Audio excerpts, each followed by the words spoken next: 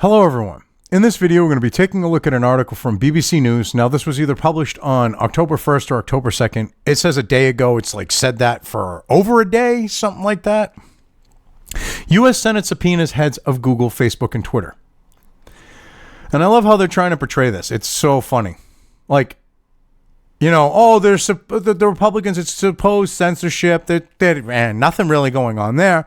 Oh, and the Democrats want to curb, push our favorite agendas. It's, really propagandistic. And for government-funded news and for networks and shit like that, they should be impartial and unbiased. The Senate Commerce Committee has voted to subpoena the heads of Google, Facebook, and Twitter. It means that Sundar Pichai, Mark Zuckerberg, and Jack Dorsey face being quizzed by senators about their policies on different types of content. One focus will be their legal protections they enjoy regarding what they leave up and take down on their platforms. They are also likely to be challenged over controversies about privacy and misinformation. Yeah, see, that's what they want to make this about. They don't want to make it about their censorious ways. They want to make it like, oh, well, look, they're trying to protect our privacy. Look at how good the Democrats and the left are. Look at the mean, evil right. They claim they're being censored. Oh, no, they're not. These people are ridiculous. Republicans and Democrats on the committee voted unanimously to summon the chief's executives. However, each side is likely to have different priorities, with some Republican members speaking about the alleged censorship of conservative views online, while Democrats focus on competition and misinformation. The alleged? You mean the well-documented censorship of anyone who's right of fucking Karl Marx? I mean, I'm shadow banned on YouTube, you piece of shit. Oh, you're going to say I'm not being censored? I got banned from Twitter because me and a leftist got into it and I responded in kind to them. And they said shit that definitely violated Twitter's terms of service to me. They got a free pass and my account got removed. I'm not a conservative. I'm a fucking libertarian. I'm a constitutionalist and a libertarian. By the left's standards, I'm a fucking conservative. Alleged my ass.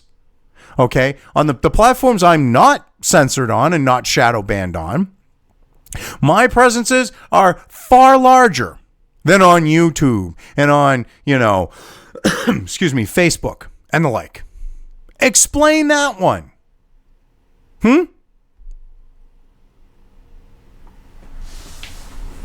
Oh, they're not censoring. No, they're not, trying to limit the reach of people who don't push the same shit we want. Oh, no.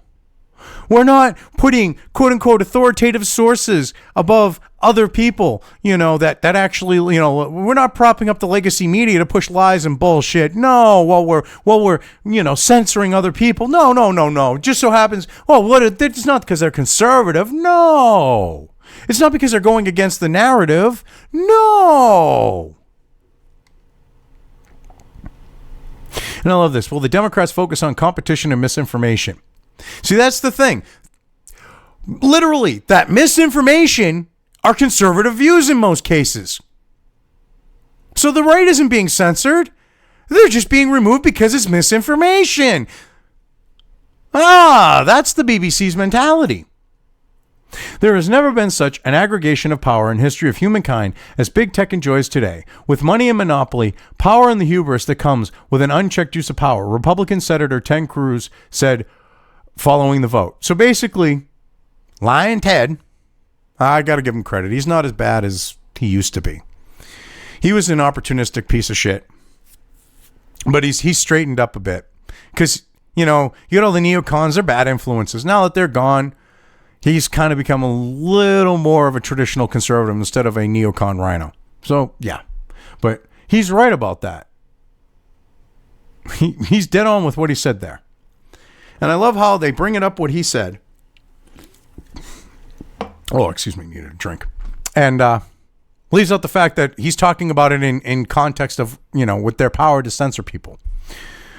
The subpoenas follow an earlier hearing in July when Amazon, Apple, Facebook, and Google's chiefs testified to a House committee about competition issues and claims of bias.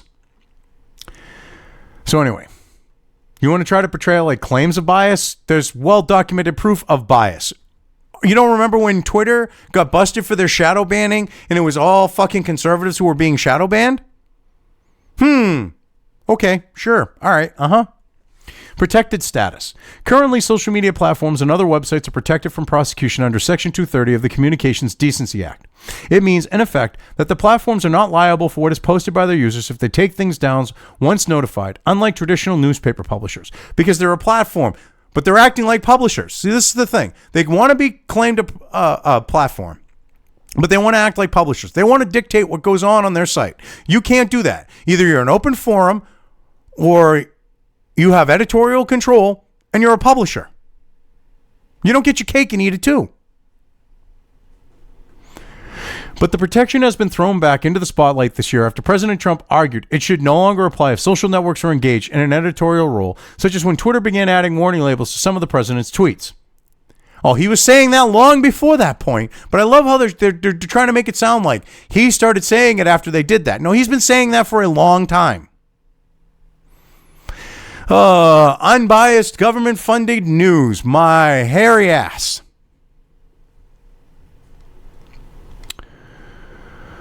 Democrats on the Commerce Committee had initially objected to their Republican colleagues' use of the subpoena power, but changed their minds for the vote on Thursday after the scope of the discussion was widened. Well, yes, because, see, they don't want to talk about the censorship in Silicon Valley.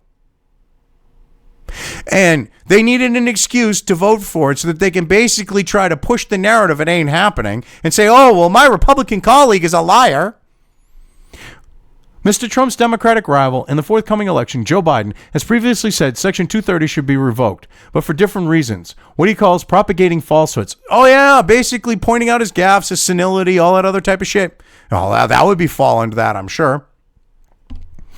As falsehoods. The three chief executives had initially been invited to attend voluntarily, but declined. Well, of course they did. You think they want to go in front of Congress? And if they're going to be subpoenaed, they better be put under oath. And if they get caught lying, they better be prosecuted to the fullest extent of the law. Fresh scrutiny. The fresh summons is the latest regulatory headache for the tech giants, who face a raft of critical decisions by authorities in the coming weeks. July's congressional hearing with the companies plus Amazon dealt with antitrust issues, including allegations that they had deliberately eliminated smaller rivals in a quest for market dominance, which they did. This is another thing. They've done this really shady, shifty shit, okay? If someone is a competing product or is a competitor, they've all bought them out to stop competition in the market. I mean, shit, antitrust here. Why the hell aren't they being investigated and prosecuted for antitrust violations? When you do that, that's literally what antitrust is supposed to go after you for. The congressional report into that event is expected to be published next week.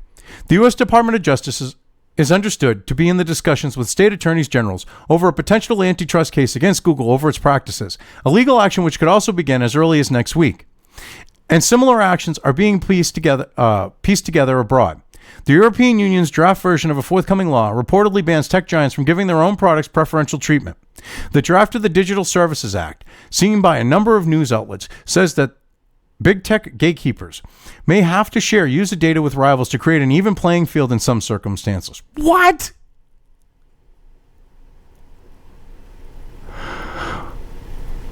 Oh my God. Seriously? How the fuck is that supposed to be good for consumers, for the users of these sites? You don't think when they're going to all share that data, it's going to allow for them to collect an even massive amount more? That they're not going to put it all together and pool it? Seriously? Oh, that's for the good of the user. Bullshit. That's for the good of these tech companies to create even larger fucking digital profiles on people. Who the fuck are you trying to kid? And in China, Reuters news agency reports that the country is preparing its own competition probe into Google over the Android phone operating system. Oh, so basically what you're trying to portray here is China going after Google because they said, fuck you, we can't let you use Android because of sanctions, is a step in the right direction? What? The BBC is smoking crack these days because that's what that's over. That's exactly what that's over. Is China is pissed that they can't use Android on their cheap fucking phones that they're selling around the world. because of the ban with like Huawei and shit.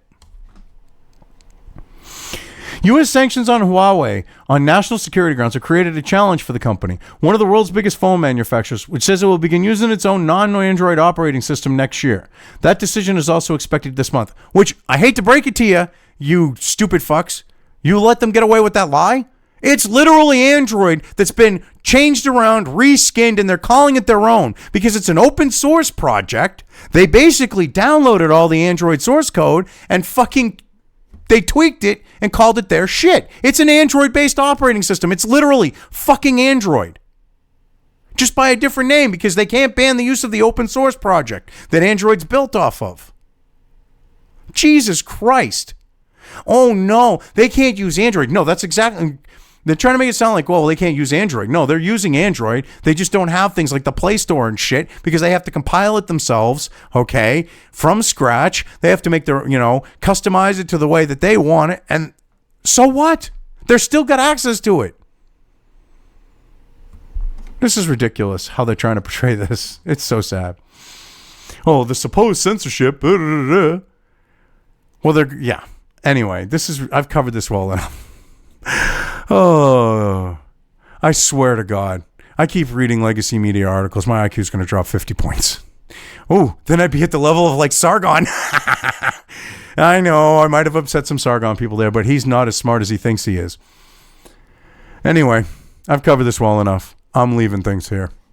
If you liked this video, depending on where you are watching it, please give it an upvote or thumbs up. If you want to know when new content of mine hits the internet, don't forget to subscribe to one or more of my social media or video accounts listed here. Also, with YouTube, don't forget to ring that bell. You can find all of my video content on both BitChute and YouTube. This may not be the case with other places I upload to, but I will try to minimize this happening. You are always welcome to interact with me at any of these sites on the list, so feel free to do so. If you have anything you want me to cover in a video, when it comes to news or current events, send it right along to me. I will try to do my best to cover it. As always, thank you for watching.